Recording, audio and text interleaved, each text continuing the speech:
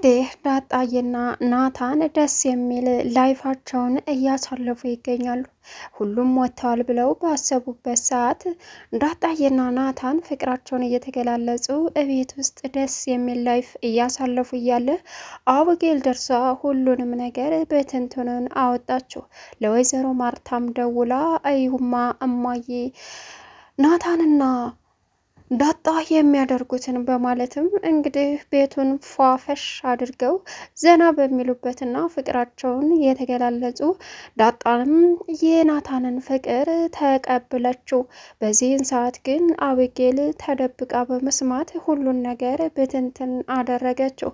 አቶ ደረጀ እንግዲህ ከስራ ቦታ ተጠርቶ እንዲመጣም አደረገች። ማርታ ይኸውልህ ያመጣሃት ሴት እያደረገች ያለችውን ነገር በቤታችን ምን እንደሚፈጠር ጠንቅቀህ እወቅ በማለትም እንግዲህ እውነታውን ስትነግረውም ታዳ አንድ ጎረምሳ ሁለት ሴት አንድ ቤት መያዝ አለበት እንዴ አለችው። ተተዋደዱ ምንም ማድረግ አልችልም ሲልም አብጌልንም እኮ ትወደዋለች ስትለውም አቶ ደረጀም እሷ ናት እንጂ የምትወደው እሷ አይወዳትም፣ ቢወዳት ኖሮ ደግሞ ዳጣ ጋር አይሄድም አለ።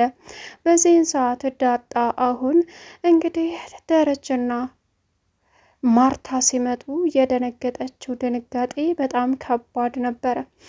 በዚህን ሰዓት ምንድን ነው ትዬ ምን ተፈጥሮ ነው አለች ሰላም።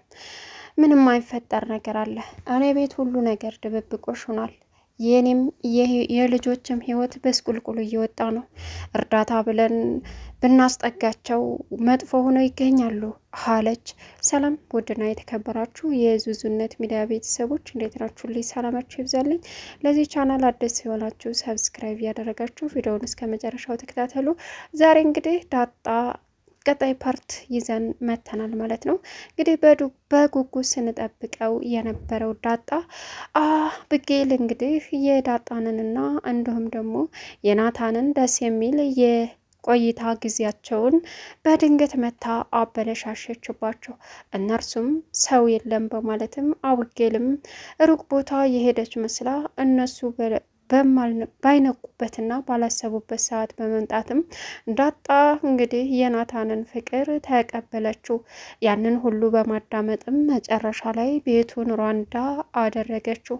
በዚህን ሰዓት ምን ማለት እንዳለባት የማታውቀዋ ዳጣ በድንጋጤ ድርቅ አለች።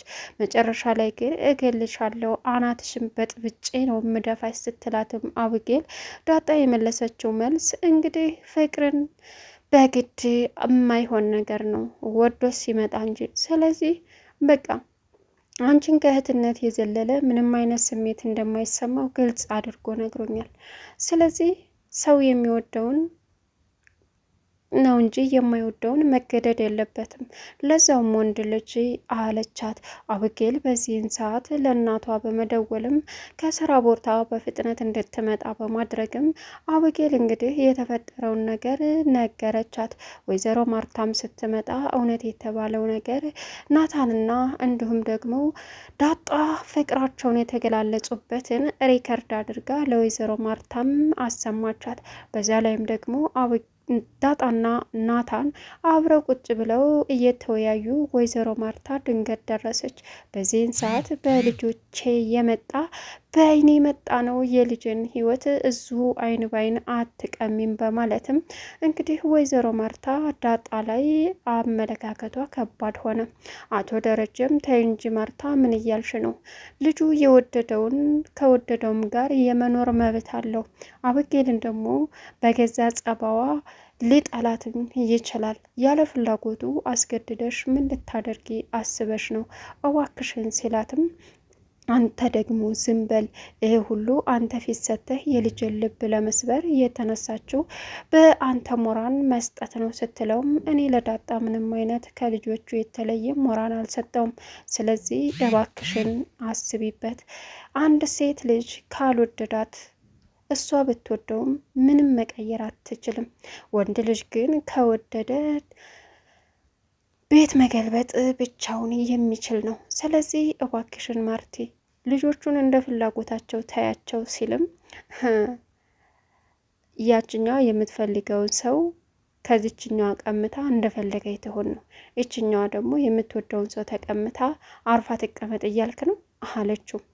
አረ ማርቲ ነገሩ ወደየት ነው? እኔ እንደዛ አይደለም ያልኩትኝ አላት። ነው እንጂ አልክ እኮ ደሬ፣ ከዚህ በላይ ምንትል ስትለው እባክሽ አለ። ሰላም እንግዲህ የእሷ ጥረት አብዛኛውን ዳጣንና ናታንን እንዲዋደዱ ወይም ደግሞ ፍቅራቸውን ግልጽ በግልጽ እንዲገላለጹ ያደረገችው የእሷ ጥረት እንደሆነም በጣም ተደሰተች። ይህንን የእሷ ውጤት መሆኑ ለእሷ ከምንም በላይ አስደስቷታል። በዛ ላይ ደግሞ አሁን ላይ እንግዲህ አንድ የተጠራጠረችው ነገር ስላለ ዳጣ ልጄ ናት ወይስ አይደለችም እያለች ውስጧ ብዙ ነገር እያሰበም ስለሆነ ናታን ለዳጣ ይገባታል፣ ዳጣ ለናታን ትገባዋለች በማለትም እነሱ ሁለቱ በአንድ ሆነው በአንድ ወደፊት እንዲዘልቁና እንዲጣመሩ በጣም ብዙ ልፋትና ብዙ ጥረት አድርጋለች። ከዛ ልፋትና ከዛ ጥረት በኋላ አሁን ላይ በአንድ ተጣምረው ስታይ የመጨረሻ ደስተኛ ሆነች። ፍቅራቸውን ሲገላለጹ እንግዲህ ከምንም በላይ ደስተኛ ሆና ሁሉን ነገር ማለፍ እንዳለባቸው አሁን ላይ ዳጣን ለናታን ናታን ለዳጣ ሆነው ደካማ ጎናቸውን ተሸፋፍነው እንዳልፉ በማድረጓ ከማንም ከምንም በላይ ኩራት ተሰማት። ነገር ግን አሁን ላይ አውጌል ግን ዳጣንና ናታንን ለብቻቸው መተው ይቅርና በህልማቸው እንኳ እንዳይተሳሰቡ አድርጋ ትልቅ ችግር በመካከላቸው ፈጠረች።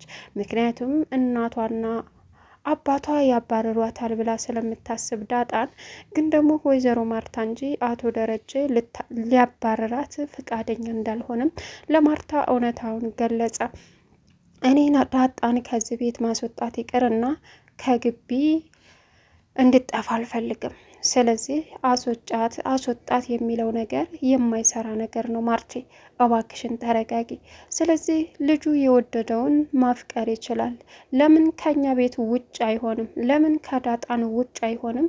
ካልፈለጋቸው የቤቶቹን ልጆች መብቱ ነው ሲላትም ምን ነው ከውጭ ቢሆን ደስተኛ ነበርኩኝ። የገዛ ቤቴ ከገዛ ቤቴ መሆኑ ነው እንጂ ይህ ሁሉ ደግሞ የሰላም እጅ አለበት። ሰላም ናት እነሱን በአንድ ተዝ እያቃጠረች በአንድ እንደሆነ ያደረገችው አለችው። ኧረ ተይ ማርቲ ተይ፣ የአብጌልን ወሬ ይዘሽ ነው ሲላትም አይ እንደዛ አይደለም፣ እውነታው ይሄ ነው። እቤቴ ግን ማንም ሰው ብልግና ሲጫወት ሲንዘላዘል ማየት አልፈልግም። ቤቴ ላይ ይሄ ነገር መፈጠር የለበትም አለችው። ደረጀ በዚህን ሰዓት አንቺዬ አብረው ቁጭ ብለው ሲያወሩ አየሽ እንጂ ስለ ሌላ ነገር ምን አየሽና ነው እንደዚህ የምትይው? ኧረ ተይ አላት።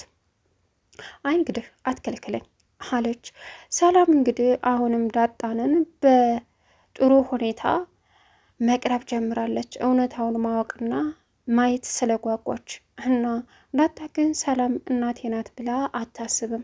ሰላም ግን ዳጣ ልጄ ናት፣ ድሬዳዋ ካልተወለደች አባቷ ሲሳይ ካልሆነ እዚህ ቤት የመጣችበት ትልቅ ዓላማ አለ በማለትም ናታን በነገራት ጫፍ ጫፍ ልጄ ናት ብላም አምናለች። በዛ ላይ አቶ ደረጀ በቃ ልጇ እሷ መሆኗን አውቃለች ማለት ነው ብሎ አለኝም ብሎ ናታን ስለነገራት አሁን ላይ ትልቅ በውስጧ የሚሰማ ስሜት ዳጣ የእሷ ልጅ መሆኗን እንደሆነ እንግዲህ ተረድታለች ማለት ነው። ግን ደግሞ እውነታውን አውጥቶ የሚነግራቸው ሰው ስላጡ እንጂ ሁለቱ ውስጣዊ ስሜት ይገናኛሉ። ሌላው እንግዲህ ናታን አሁን ለዳጣን እርሜ ልኩን እንደማይለያትና ከእሷ ጎን እንደሚሆን ከዚህ ቤት ብትባረር እራሱ እሷን ተከትሎ መውጣት እንደሚችልና እንዲሁም ደግሞ ከምንም በላይ ከፈጣሪ የተሰጠሽኝ ምርጥ ስጦታ ለየት ያል ሴት፣ ሁሉን ነገር በትዕግስትና በዝምታ የምታሳልፊ፣ በውስጥሽ ብዙ ህመምና ብዙ ችግር እያለ ግን ደግሞ ለሌላ ሰዎች ጥንካሬሽን የምታሳይ ብልጥና ቆንጆ ጀግና ሴት ስለሆንሽ እኔ የምፈልገው እንደዚች አይነት ሴት ነው። አንቺ ደግሞ ለወንድ ልጅ ለማንኛውም ሰው ክብር ያለሽና በስነ ስርዓት መመለስም ሆነ ማድረግ ያለብሽን ነገር የምታደርጊ ስለሆንሽ አንቺ ተፈጣሪ የተሰጠሽኝ ትልቅ ስጦታዬ ስለሆንሽ መቼም ማንም ለምን አባቴ አይሆንም እኔና አንቺን ሊነጥለን አይችልም ሲላትም ዳጣ አሁን በቃ እስከ ዛሬ ብቻዬን ነኝ እል ነበር። አሁን ግን ብዙ ሰዎች ከጎኔ ተከብቤያለሁ። አንተ በቃ ሰላምዬ፣ ደረጀ፣ ምን ልበል ውሃ አውቄል ክፉ ብትሆንም ግን አልጠላትም አለችው። ስለ እሷን ታሽብኝ፣ እሷ ብትሆን ሌላ ቅር ታቅድልሻለች። አንቺ ግን ያን ጊዜ ከቤት ሲያስወጧት ተከትለሽ ሂደሽ አዳንሻት። ሌላ ሰው በደበደባት እወድሻለሁ፣ አፈቅርሻለሁ የሚላት አርጁን ቢደበድባት አንቺ ገንዘብ ከፍለሽ አስደበደብሽኝ አለች። ስለዚህ እሷን ዝም ብለሽ ብታያን መሻላት አላት ነው። ግን ደግሞ አንድ ቀን እውነታውን ስታቅ ለእሷ ለምን እንደማስብ ለእሷ ለምን እንደምጨነቅ ይገባሃል አለችው። እንደዛ ነው?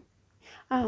ምንድን ነው እውነታሽ? እስኪ ከውስጥሽ ንገሪኝ እንዳጣዬ። አሁን እኮ ምንም ነገር አትደብቅኝም፣ ምንም ነገር ልደብቅሽም አልፈልግም አላት። አውቃለሁ፣ ግን ደግሞ እውነት የምነግርህ ነገር ጊዜው ገና ነው።